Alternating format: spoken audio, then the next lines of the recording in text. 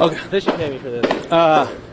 All right, Coach. First off, obviously, you know what Wayne brings to the table. What are your biggest concerns heading into Friday night? What are you trying to work on in practice this week to get ready for a tough Generals team?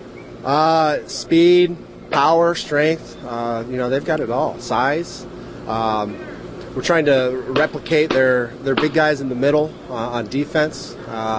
It's hard to replicate what Powers brings to the table at quarterback. But we've been doing some things in-house to try to give us as good a look as we can. Clearly, we're not going to get the same look that Keon Powers is going to bring on Friday night, but we're trying to get the best we can. As much as anything, we're trying to get the most out of our scout kids at every facet of the game. Today was a really good day. Looking back at it right now, we did a lot of good things. That unit did a lot of good things with the game last night, coming back today, so we're pretty happy.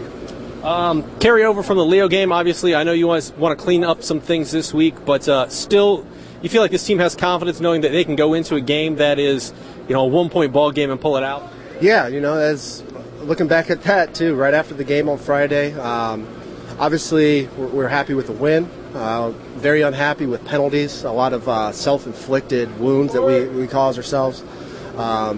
But it was good to be in a tight ball game and to come out on top because we haven't done that in this program for a couple of years. So I think the kids understand. They made a lot of mistakes on Friday. Turnovers too. We hadn't turned the ball over all year. We had 4 on Friday.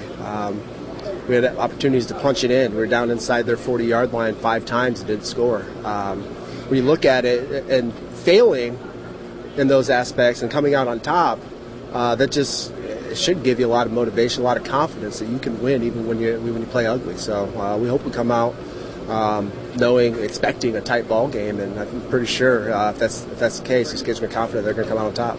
I think it was 15 penalties for 130 yards. From talking to your players, it felt like it was more. How do you go about approaching that in practice? How do you make sure that doesn't replicate itself this week? Because it's something you could ill afford against a team with the athleticism and talent of Wayne. Well, discipline. And in the game of football, a lot of discipline comes from the coaching staff and running. So these kids ran a lot yesterday. They ran a lot today. Every time we've made a mistake, we're doing up downs. We're running. We're doing extra conditioning. Kids don't want to do that. They don't want to do that during the week. They don't want to take 5-yard losses for false starts. They don't want to have stupid, unsportsmanlike penalties. So that's really the best approach in my mind as a coaching staff we can have. Ultimately, it's going to be on the kids.